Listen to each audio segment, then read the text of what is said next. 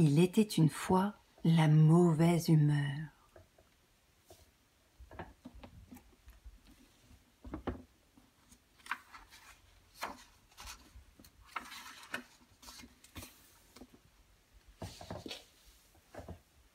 Voici l'histoire de la branche et de la mauvaise humeur. La branche traînait par terre. Et la mauvaise humeur planait au-dessus d'une petite fille prénommée Zélie. Zélie boudait depuis 2 bonnes heures. Tout ça parce qu'elle n'avait pas eu le droit à une glace. La branche se trouvait par terre depuis la veille, depuis que l'arbre l'avait laissé tomber.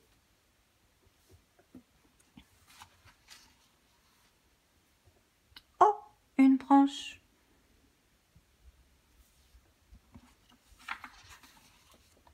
Zélie ramassa la branche et avec, elle piqua son frère.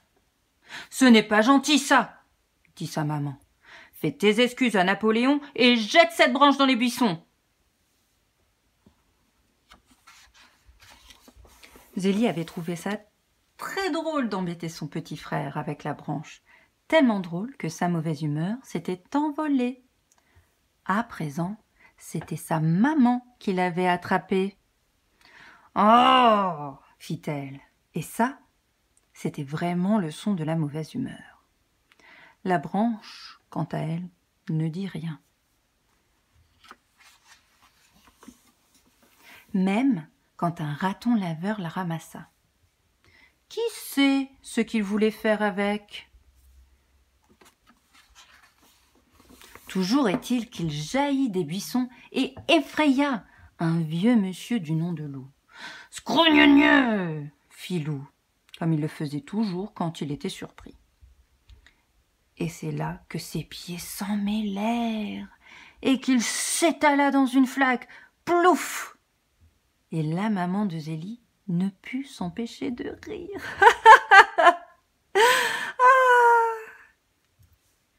Sa mauvaise humeur s'envola. Et c'est Loup qui la récupéra.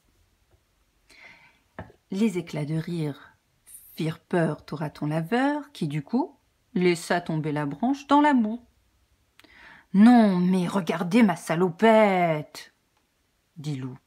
Et ça, c'était vraiment un ton de mauvaise humeur. « La voilà toute pleine de boue !» La branche ne dit pas un mot. Loup fila tout droit chez le teinturier. C'était Madame Morvan qui tenait la boutique, un crayon derrière l'oreille. « Retirez donc ce crayon de l'oreille, » dit Loup. « Il faut que vous laviez ma salopette. Et vite ! Je vais attendre ici en sous-vêtements jusqu'à ce qu'elle soit prête. »« Il n'en est pas question, » dit Madame Morvan. « Il y a des enfants qui viennent ici. » Mais Loup avait déjà retiré sa salopette. « Tenez !» dit-il. « Elle est toute pleine de boue. »« Berk, oh !» fit Madame Morvan en regardant tour à tour Loup et sa salopette. Et là, on aurait pu croire que la mauvaise humeur allait la gagner. Mais pas du tout. Il suffit d'un regard en direction de Loup en sous-vêtements pour que la mauvaise humeur s'envole par la fenêtre. On ne sait jamais, on ne peut jamais prédire ce qui va se passer.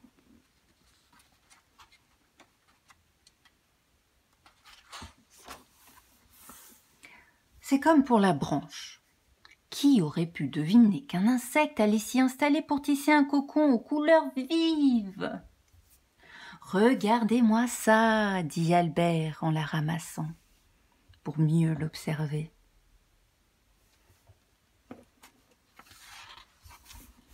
Il l'emporta dans sa boutique et la mit en vitrine. « Quelle vitrine originale !» dit la maman de Zélie en passant devant le magasin. « Les enfants, que diriez-vous d'une bonne glace ?» Zélie prit vanille chocolat et Napoléon une menthe pépite de chocolat. Leur maman commanda d'abord une glace vanille yaourt, mais après réflexion, elle changea d'avis et choisit une vanille chocolat. Cela ne dérangea pas du tout Albert. La mauvaise humeur n'était plus dans les parages. Quand Loup arriva dans sa salopette toute propre et fraîchement repassée, il commanda 2 boules de glace et Madame Morvan fit pareil. « Scrogneugneux !» dit Loup. « Qu'est-ce que j'aime ça !»« Moi aussi !» répondit Madame Morvan avec un petit sourire. Regarde la mauvaise humeur. Elle est au-dessus du chat.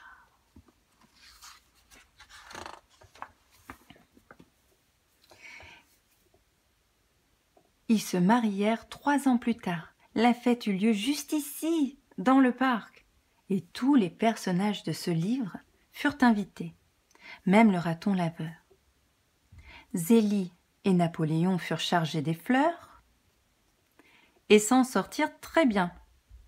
Comme quoi, on ne peut jamais prédire ce qui va se passer. Entre-temps, la mauvaise humeur a fait le tour du monde. Toi-même, tu as dû l'attraper plus d'une fois.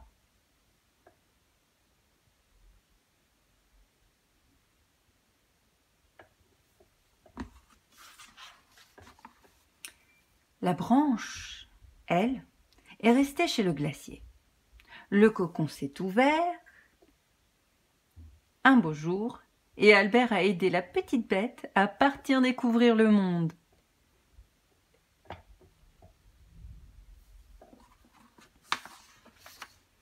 Mais dans sa vitrine, il garda la branche.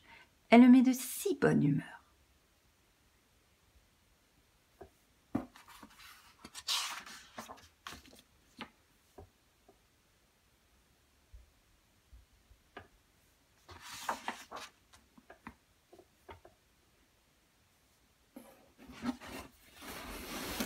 Voilà, c'est fini.